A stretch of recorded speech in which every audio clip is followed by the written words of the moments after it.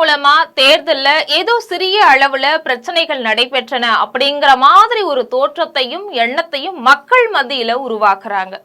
2024 பாராளுமன்ற தேர்தலுக்கு பிறகு நடைபெற்ற சட்டமன்ற தேர்தல்களை ஆய்வு செஞ்சு பார்க்கும்போது ஒட்டுமொத்த தேர்தலும் முறைகேடா இருக்கு. அதுதான் யதார்த்தம்.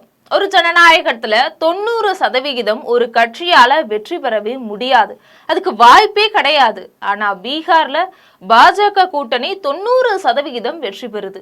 ஏற்கனவே மகாராஷ்டிராவில் 90% ஜெயித்தாங்க.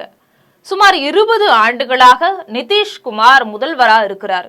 இந்த நிலையில 90% வெற்றியை அவங்களால எப்படி பெற முடிஞ்சது? அதுக்கு துளியும் வாய்ப்பு கிடையாது. ஆனா பெண்களுக்கு ரூபாய் 10,000 கொடுத்தார் அப்படின்னு ஒரு பொய்யான கருத்துருவாக்கத்தை செய்யறாங்க. ரூபாய் 10,000 கொடுத்தார் அப்படின்னா அதற்காக குறிப்பிட்ட எண்ணிக்கையில் சிறிய பகுதியினர் வாக்களித்திருப்பார்கள். ஆனா 90% பேர் எப்படி வாக்களிப்பாங்க?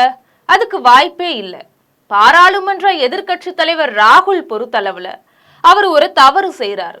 தேர்தல் ஆணையத்தின் முறைகேடுகளை அம்பலப்படுத்துறதுல தனி ஒரு ஆளாக செய்து கொண்டிருக்கிறார்.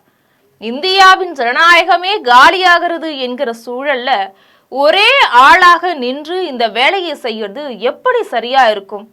ஜனநாயகத்துல அக்கறை கொண்ட மற்ற கட்சிகளையும் அமைப்புகளையும் சிவில் சொசைட்டியையும் ஒரு அணியாக அமைத்து கொண்டு இந்த வேலைகளை அவர் செய்யணும்.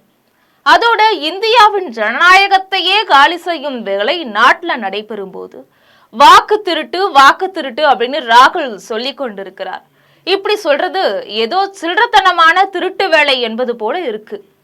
ஒருவரின் சட்டை பையிலிருந்து 10 ரூபாயை பிட்பாக்கெட் அடித்து விட்டார்கள் என்பது போல இந்த விவகாரத்தை ராகுல் முன்னிறுத்துவது மிகவும் தவறான ஒரு செயல்.